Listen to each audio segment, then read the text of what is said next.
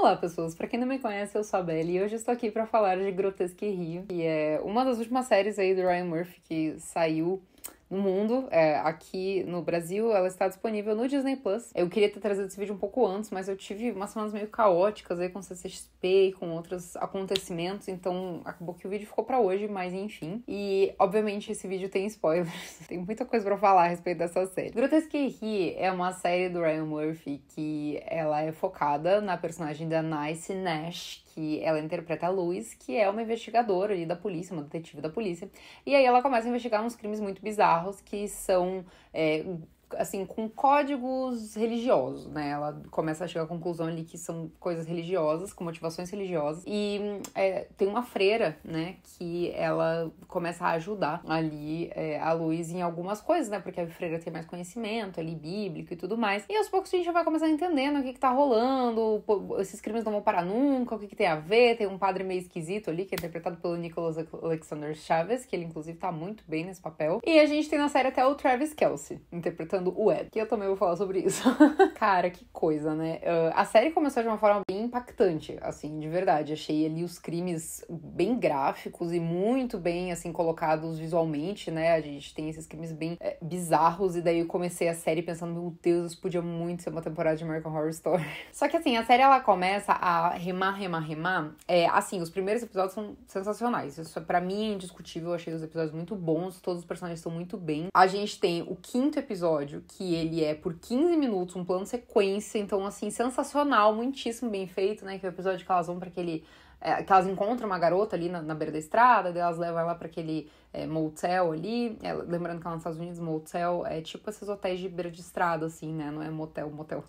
Enfim, vocês entenderam. Sim, é um episódio, todos os primeiros 15 minutos em plano sequência, muito, muito, muito legal, assim, nossa, fantástico. O Ryan gosta, né, de trazer episódio com plano de sequência. Em Monster, a gente tem o episódio inteiro que é em plano de sequência, que inclusive rendeu uma indicação do Cooper Koch a melhor ator no Globo de Ouro. Inclusive, eu acho ele um forte candidato. Eu não sei se ele vai ganhar.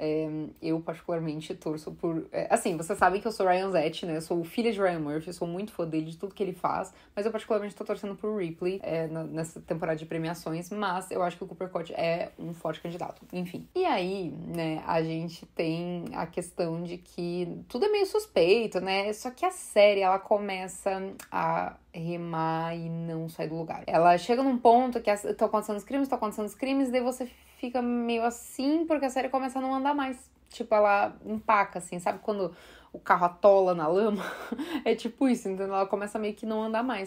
Até que a gente descobre que a Louise, na verdade, estava em estado de coma e ela tinha sonhado todas aquelas coisas e todos aqueles crimes. E aí que a gente descobre que o Ryan Murphy lê fanfic no Wattpad, entendeu? Porque não tem outra explicação que não seja ele viu uma fanfic que tudo que aconteceu era um sonho e ele achou que seria uma ótima ideia fazer isso numa série. Cara, eu fiquei indignada. Eu falei, mano, não é possível, cara, não é possível.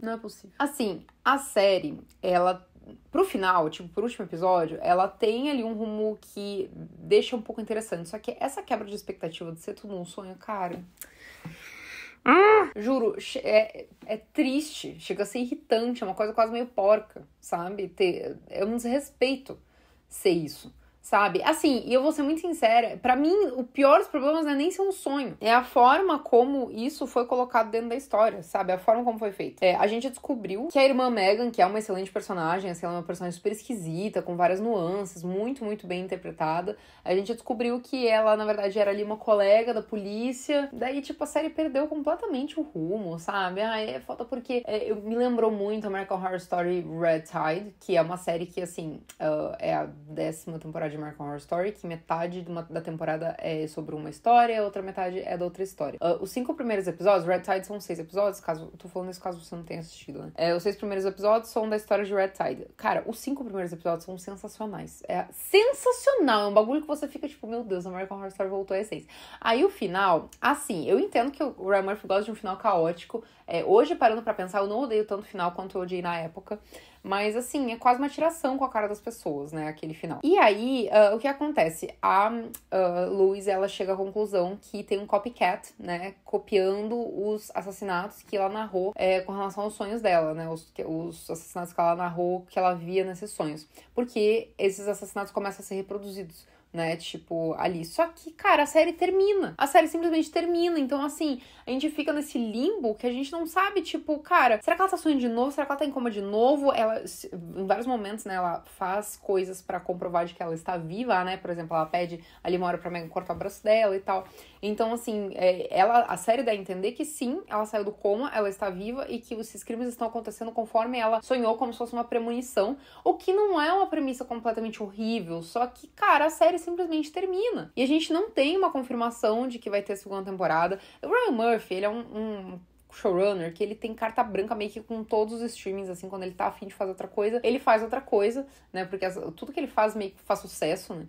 Então, assim, ele diz que ele quer fazer outra temporada de Grotesque Ri, e a Nice Nash, ela deu entrevistas, né, falando que eles pretendem sim, que ela tem esperanças de que tem uma segunda temporada. E, cara, se não tem uma segunda temporada, essa série é um fiasco, porque, tipo, simplesmente a série começa super bem, aí ela desanda completamente nessa história de que é tudo um sonho, só que aí essa história de ter um copycat é interessante, né, porque nos cria ali, nossa, como assim? Tem gente copiando os negócios que ela sonhou, o que tá rolando? Só que daí a série simplesmente acaba, entendeu? Ela tem um final ali. Ela poderia ter mais uns 2 episódios pra desenvolver essa história desse copycat, se tem, se não tem, e quem que é esse cara. E aí, em paralelo a isso, a gente tem meio que um culto masculino ali, com o Ed, que é o personagem do Travis Kelce.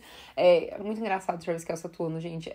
O Travis é uma questão que, assim, eu acredito que se ele tiver um preparador de atores, ele vai se dar bem, assim, tipo, nessa carreira, se ele quiser seguir. Ele entrega as falas muito bem, assim, ele tem uma dicção muito boa, só que ele não tem muito subtexto, né? Então você vê que ele tá falando ali as falas, ele fala com uma entonação certinha, mas você consegue ver que ele não tem um subtexto, tipo, aqui na cabeça dele, entendeu? Tipo, parece que ele não tá pensando em nada. Ele só tá dando as falas. Então, tipo, o personagem não tem aquele sentimento, assim, dentro do olhar, assim, sabe? Aquela coisa de, nossa, eu tô te falando que eu sofri muito, então, tipo, eu tô pensando em todo esse sofrimento. Tipo, ele não tá pensando nesse sofrimento, ele só tá falando sobre o sofrimento, então fica uma coisa um pouco vazia. Não quer dizer que, tipo, ele é horrível, mas só que ele precisa fazer umas aulas, assim, pra ele entender melhor como fazer essa construção desse personagem, com o subtexto, com o passado pregresso ali do personagem, com as coisas que ele precisa desenvolver ali na cabeça dele pra ele poder interpretar as coisas de uma forma um pouco mais natural.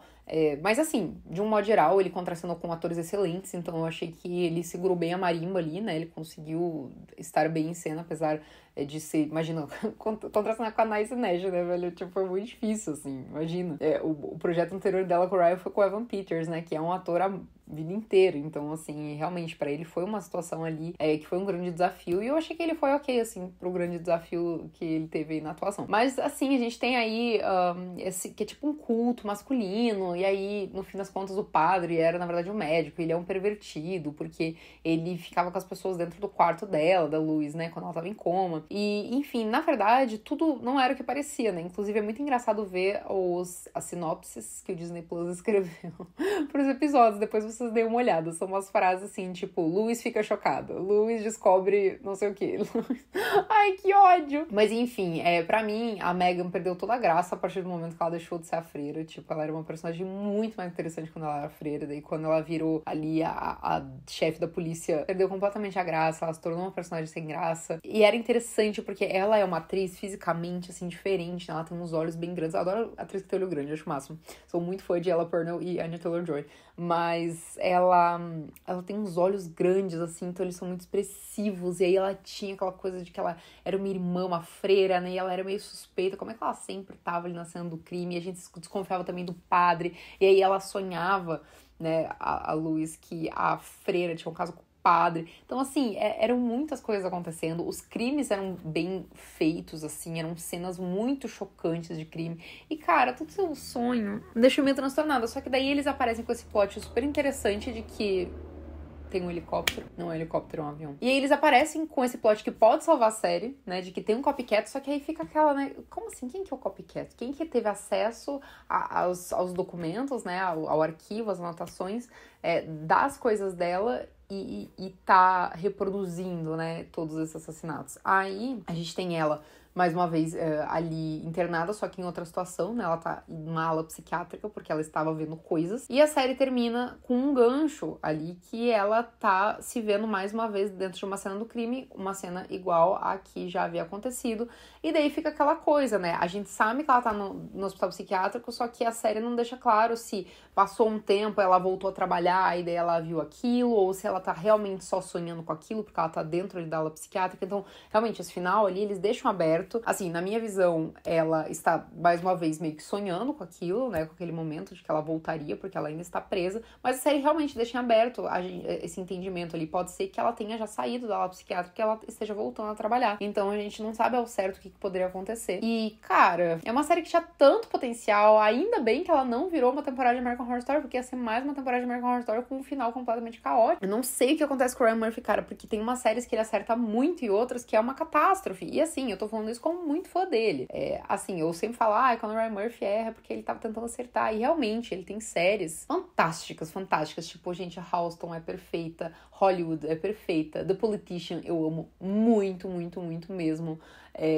Tipo, gente, Monster, foram 2 temporadas impecáveis, assim, né? Impecáveis mesmo, e que geraram muito debate. Essa é a intenção dessa série, né? Gerar debate. E, inclusive, teve toda uma polêmica com relação aos irmãos Menendez, né? Que a família dele falou, não, porque é um absurdo, porque não sei o que. Gente, essa série reabriu a discussão sobre o caso. Então, tipo, é o que eles precisavam. Se essa série não existisse, ninguém ia dar bola pra essa situação.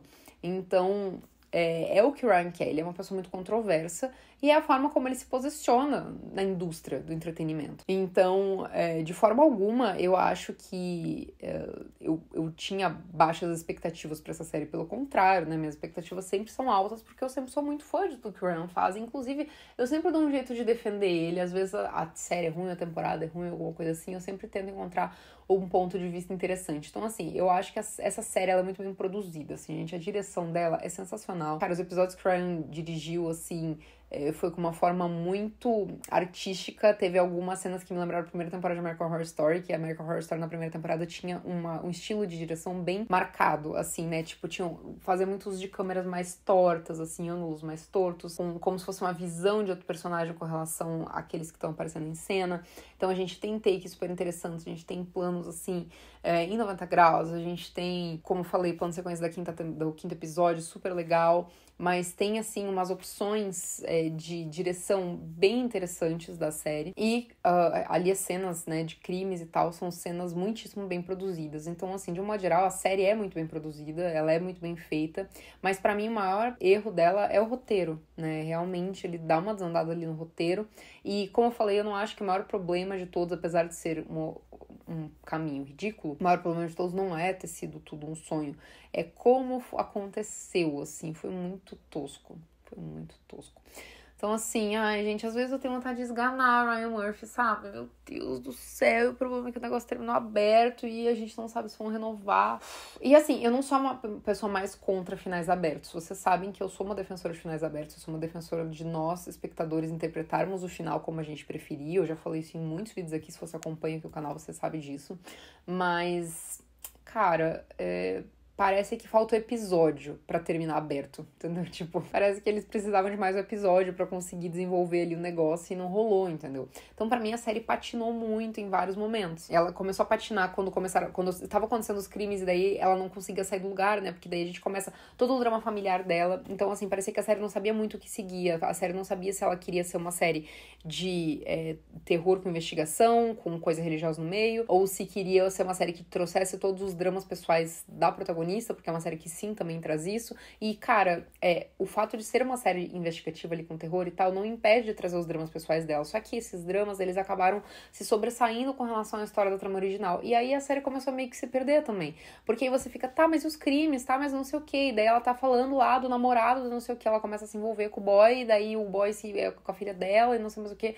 Então, tipo, acaba que isso transpõe da história original ali. E daí os crimes meio que não acontecem mais, meio que fica uma coisa meio assim, e fica meio sem rumo, assim. A série parece que ela não sabe bem pra onde ir, aí resolveram fazer esse negócio do sonho, e aí eles não sabem pra onde ir a partir do momento em que revelam que é um sonho, né? A partir do momento que revelaram essa história, a série ficou meio perdida também. Então é uma pena, porque eu acho que a série tinha bastante potencial, entendeu?